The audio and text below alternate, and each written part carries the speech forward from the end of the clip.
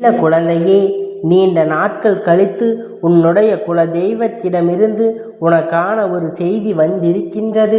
என் தங்கமே, உன்னுடைய அப்பன் அதனை சுமந்து கொண்டு உன்னை காண வந்திருக்கின்றேன்.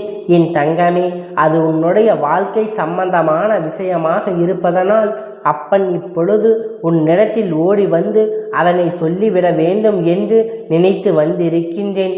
என் தங்க குழந்தையே, மனதில் இருக்கின்ற கலக்கத்தை போக்க வேண்டும் என்றுதான் உன் அப்பன் நான் இப்பொழுது வந்திருக்கின்றேன்.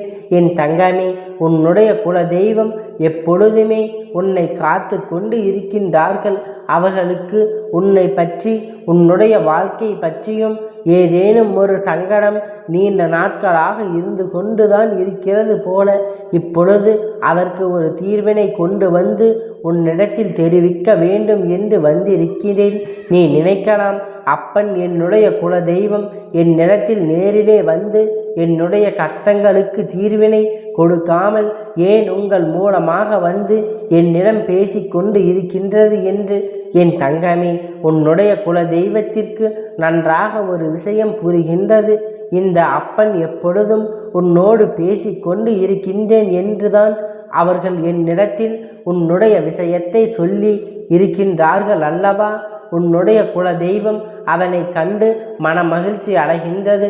உன்னோடு பேசும் பொழுது உன்னுடைய குல தெய்வத்தின் மனதில் இருக்கின்ற விஷயத்தை இந்த அப்பன் வாக்கில் நீ கேட்டுவிட்டால் உன் வாழ்க்கையில் இருக்கின்ற பிரச்சனையை முற்றிலும் தீர்வு கிடைக்கும் என்று அவர்கள் நினைத்து விட்டார்கள். அதனால்தான் என்னிடத்தில் வந்து குல தெய்வத்தினுடைய வாக்கு, இந்த தெய்வத்தின் வாக்கை சேர்த்து அவர்களிடையே நீங்கள் கூறிவிடுங்கள் என்று அவர்கள் குறிப்பிட்டு விட்டு சென்றிருக்கிறார்கள். நிச்சயமாக அவர்கள் வாழ்க்கையில் இருக்கின்ற பிரச்சனைகள் எல்லாமே முடிந்து நல்ல நிலைமைக்கு அவர்களின் மனநிலை வந்துவிடும் என்று எண்ணி கேட்டு கொண்டார். என் தங்கமே, அதனால்தான் இப்பொழுது அப்பன் உனக்கு இந்த செய்தியினை கொண்டு வந்து சேர்த்து கொண்டு இருக்கின்றேன். என் தங்கமே, உன்னுடைய வாழ்க்கையில் ஏகப்பட்ட கஷ்டங்களை சுமந்து கொண்டு என் பிள்ளை வாழ்வா சாவா என்று இருக்கின்ற நிலையில் இருந்து கொண்டு இருக்கின்றாய். அதற்குரிய மனதைரியம் என்னிடத்தில் எதுவும் இல்லை என்று என் பிள்ளை நினைக்கின்றாய். என் தங்கமே, மனதைரியம் என்றும் நீ எதை நினைக்கின்றாயோ, வாழ்க்கை இத்தனை நாட்களாக எத்தனையோ கஷ்டத்தை கொடுத்தது, எல்லாவற்றையும் தாண்டி வந்து இந்த இடத்தில் நின்று கொண்டு இருக்கின்றாய். இன்னும் சற்று தொலைவு தானே செல்லமே இருக்கின்றது. அதனை தாண்டாமல் நீ இங்கே முடங்கி கிடப்பது சரி கிடையாது. என் தங்கமே, நீ நடந்து கொண்டிருக்கின்ற சில விஷயங்களை உன்னுடைய குல தெய்வத்திற்கு மனதில் வேதனையை ஏற்படுத்தி இருக்கின்றது. நீ உன்னுடைய நம்பிக்கையை அப்பொழுது இழந்து விடுகின்றாய். நான் துணையாக நிற்கும் பொழுது என்னுடைய குழந்தை நம்பிக்கை இழப்பது என்பது வாழ்க்கையில் வேண்டாத விஷயமாகிவிட்டது. அது எனக்கு மேலும் மன கஷ்டத்தை கொடுத்து விட்டது என்று உன் குல தெய்வம் என்னிடத்தில் சொன்னார்கள். அது மட்டுமல்லாமல் உன்னுடைய வாழ்க்கை இப்பொழுது இருண்ட கட்டங்களாக நிலைமையாக மாறிவிட்டது. இந்த பக்கம் செல்வதா அந்த பக்கம் செல்வதா என்று தெரியாமல் என் குழந்தை நீ இடையில் தத்தளித்து கொண்டு இருக்கின்றாய். வாழ்க்கையை வாழவும் முடியாமல், வாழ்க்கையை விட்டு விலகவும் முடியாமல் என் குழந்தை தவித்து நின்று கொண்டு இருக்கின்றாய். அதனால் உன்னுடைய வாழ்க்கையில் இருக்கின்ற கஷ்டங்களுக்கு எல்லாம் நான் நல்ல முடிவினை தருகின்றேன் என்று உன் குல தெய்வம் உன்னிடத்தில் பேச ஆசைப்படுகின்றார். என் தங்கமே, அவர்கள் வாக்கினை முழுமையாக கேட்டுவிட்டால் நிச்சயமாக உனக்கு புரிந்துவிடும். என் தங்கமே, உன்னுடைய வாழ்க்கை உனக்கு கற்றுக் கொடுத்த பாடங்கள் எல்லாம் சிறிது காலம்தான். நீ இந்த அப்பன் என்னை காண வருகின்ற நேரத்தில் எல்லாம் என்னென்ன விஷயங்கள் நீ தெரிந்து கொண்டிருக்கின்றாயோ, வாழ்க்கையில் கற்றுக் கொடுத்த பாடம் உனக்கு அதிகமாக இருப்பது போன்று நீ உணர்ந்தாய். ஆனால் இதைவிட அதிகமான பாடங்களை கற்றுக்கொண்டவர்கள் எல்லாம் அங்கே அதனை அனுபவிக்க மாற்றி வாழ்க்கையில் சாதனைகளை புரிந்து கொண்டிருக்கின்றார்கள். என் குழந்தையே, நீயே எங்கே முடங்கி கிடந்து துணிந்து விட்டாய்? என் தங்கமே, வாழ்க்கையை இழுத்து பிடித்து நிறுத்திவிட முடியாது. நீ வாழ வேண்டும் என்று நினைத்தால் மட்டும்தான் அது உனக்கு சந்தோஷத்தை கொடுக்கும். உனக்கு அங்கே கஷ்டங்களும் கவலைகளும் அதிகமாக இருக்கின்றது என்றால் தங்கமே, நீ இந்த வாழ்க்கையில் உன்னுடைய தகுதியினை முதலில் உயர்த்தி கொண்டு உன்னுடைய நிலைமையினை மற்றவர்கள் முன்னிலையில் நல்லபடியாக உயர்த்தி காட்ட வேண்டும். அப்பொழுதுதான் உன்னிடத்தில் பேசும் பொழுது கூட சற்று யோசித்து பேசுவார்கள். எல்லோருக்கும் மனம் வரும். என் தங்கமே, உன்னுடைய குலதெய்வம் என்ன சொன்னார்கள் தெரியுமா? உன்னுடைய வாழ்க்கை இன்று நீ சந்தித்து கொண்டு இருக்கின்ற பிரச்சனை எல்லாவற்றிற்கும் காரணமானவர்கள் உன்னுடைய குலதெய்வம் தன்னுடைய பிள்ளைகளாகவே இருப்பது எனக்கு மனவேதனை அளிக்கின்றது. ஒவ்வொருவரும் எப்பொழுதும் எங்கே எல்லோரும் நன்றாக வாழ வேண்டும் என்று நினைப்பதை விட்டுவிட்டு ஒருவர் வாழ்க்கையை ஒருவர் கெடுக்க நினைப்பது எனக்கு மனவேதனையை கொடுக்கின்றது. நான் என்னுடைய குழந்தையை என் முன்னால் கண்ணீர் சிந்த வைக்கும் பொழுது அவனை இன்னொரு பிள்ளை பார்த்து ரசிப்பதை நான் பார்த்து விட்டேன். அதனால் இந்த அப்பன் என்னுடைய குழந்தைக்கு ஒரு நல்ல வாக்கினை தருகின்றேன். அப்பனை நீங்கள் அவர்களுக்கு அதனை சொல்லி விடுங்கள் என்று சொன்னார்கள். என் தங்கமே, உன் குலதெய்வம் யார் உன்னுடைய அழுகைக்கு இன்று காரணமாக நிற்கின்றார்களோ அவர்களுக்கு சரியான பாடத்தினை புகட்ட கிளம்பிவிட்டார்கள்.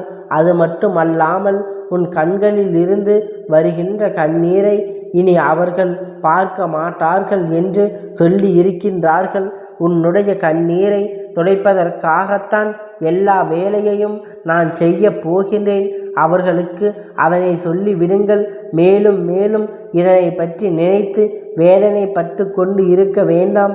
இந்த வாழ்க்கை அவர்களுக்கு காயங்களை ஏற்படுத்தி கொண்டிருக்கின்றது என்பதை கனவை நான் மற்றவர்கள் முன்னிலையில் அடையாளம் காட்டிவிட்டு இனிமேல் அவர்களுக்காக தண்டனையை கொடுக்க வேண்டியது மட்டும்தான் பாக்கி இருக்கின்றது. ஏனென்றால் அவர்களுக்கு கொடுத்த வாய்ப்புகளை அவர்கள் சரியாக பயன்படுத்தவில்லை. மேலும் மேலும் என் குழந்தையின் வாழ்க்கையில் பிரச்சனைகளை ஏற்படுத்துவது மட்டுமல்லாமல் முக்கியமாக நோக்கமாக கொண்டு செயல்பட்டிருக்கின்றார்கள். அவர்களுக்கு என்ன பிரச்சனை இருக்கின்றது, அவர்கள் வாழ்க்கையில் எப்படி சென்று கொண்டு இருக்கின்றது என்பதை எல்லாம் பார்ப்பதற்கு அவர்களுக்கு நேரம் இல்லை. அதை விடுவித்து விட்டு என் பிள்ளையின் வாழ்க்கையில் கொடுத்து நினைக்கின்ற இதையெல்லாம் கொடுத்து விட்டு அவர்களுடைய குலதெய்வம் நான் அவர்களுக்கு நல்ல வாக்கினை கொடுப்பேன் என்று நினைத்து விட்டார்கள். என்னுடைய பிள்ளைகளுக்கு நீங்கள் செய்ய நினைத்தது யாரும் என்னுடைய அன்பினையும் அருளையும் ஒருபோதும் பெற முடியாது. நான் ஒருபோதும் அவர்களுக்கு நல்ல ஆசையை வழங்க மாட்டேன். என் மீது உண்மையான அன்பு கொண்ட என் பிள்ளைகள் இன்று வேதனையில் இருக்கும் பொழுது என் மீது அன்பு வைப்பது போல நாடகமாடி என் முன்னாலே என் பிள்ளை கண்ணீர் விடுவதை பார்த்து ரசிக்கின்றவர்கள் ஒருபோதும் எனக்கு பிடித்தமானவர்கள் அல்ல என்பதை என் குழந்தை புரிந்து கொள்ள வேண்டும். என்னுடைய வாழ்க்கையை மீண்டும் நான் நிச்சயமாக மீண்டும் உன்னுடைய கையில் ஒப்படைப்பேன். உன் வாழ்க்கையில் சந்தோஷமான காலத்தை மீண்டும் நான் உனக்கு மீட்டெடுத்து தருகின்றேன். உனக்கு எந்த கவலையும் இனிமேல் வேண்டாம். நீ என்னுடைய கைக்குள் வந்து விட்டால் என்பதை முதலில் புரிந்து கொள். உன்னுடைய வாழ்க்கையை நான் இப்பொழுது என்னுடைய பொறுப்பில் வைத்திருக்கின்றேன். உனக்கு என்ன செய்ய வேண்டும் என்று நான் யோசித்து கொண்டு இருக்கும் நேரத்தில்தான் என் பிள்ளை அதற்குள்ளாக நீ கண்ணீரை சிந்தி விட்டாய். இனிமேல் நான் யோசிப்பதற்கு ஒன்றும் இல்லை. எல்லாம் செயலில் மட்டும்தான் நான் காட்டப் போகிறேன். அதனால் என் குழந்தை, நீ எந்த ஒரு வேதனையும் இல்லாமல் கண்கலங்காமல் சந்தோஷமாக இரு. அப்பன் எல்லாவற்றையும் சரி செய்து கொடுத்து விட்டு பிறகு நீ என்னிடத்தில் வா. நான் ஒன்று உன் கண்ணீரை ஒருபோதும் வேடிக்கை பார்க்கவில்லை. எதுவரை சொல்லும் என்று நான் நினைத்தேன். ஆனால் இப்பொழுது அது முடிவுக்கு வருகின்ற நேரம் வந்து விட்டது. இத்தனை நாட்களாக நம்பிக்கையோடு என் குழந்தை தாங்கிய இந்த பிரச்சனைகள் இனிமேல் நீண்ட காலம் நீடிக்காது. சில காலம் மட்டும்தான். என்னுடைய புரிதலை நீ புரிந்து கொண்டு உனக்கு துரோகங்களை செய்தவர்கள், உன் வாழ்க்கையில் கெடுதல்களை நினைத்தவர்கள் உன் கண் முன்னே தண்டனையை அனுபவிக்கப் போகிறார்கள். நிச்சயமாக என் குழந்தை மனதை நான் திருப்திப்படுத்தி உன் வாழ்க்கையை மீட்டு உன் கையில் கொடுக்கும் நேரம் நிச்சயமாக வந்து விட்டது. உன்னுடைய குலதெய்வம் உன் அருகில் இருப்பதை நீ உணர்ந்து கொள்வாய் என்று அவர்கள் உன்னிடத்தில் சொன்னார்கள். என் தங்கமே, அனைத்து கஷ்டங்களையும் பதிலையும் உன் குலதெய்வம் உனக்கு தரப்போகின்றது. அதற்கு இந்த அப்பன் நானும் துணை நிற்கப் போகின்றேன். உன்னுடைய கண்ணீரை எல்லாம் உனக்கு பதில் கிடைக்கப் போகின்றது. உனக்கு வேதனைகளை எல்லாம் கொடுத்தவர்களுக்கு எல்லாம் நிச்சயமாக தண்டனை கிடைக்கத்தான் போகின்றது. என் குழந்தையே, இனிமேல் நீ எதை நினைத்தாலும் கவலைப்படாமல் உனக்கு துணையாக உன்னுடைய குலதெய்வம் நான் இருக்கின்றேன் என்பதை ஒருபோதும் மறந்து விடாதே. என் செல்ல குழந்தையே, இந்த அப்பனுடைய ஆசீர்வாதம் உனக்கு என்றென்றைக்கும் முழுமையாக கிடைத்து கொண்டே இருக்கும். கந்தா போற்றி, கடம்பா போற்றி, கதிர்வேலா போற்றி, ஆறுபடை வீடு கொண்ட முருகா போற்றி.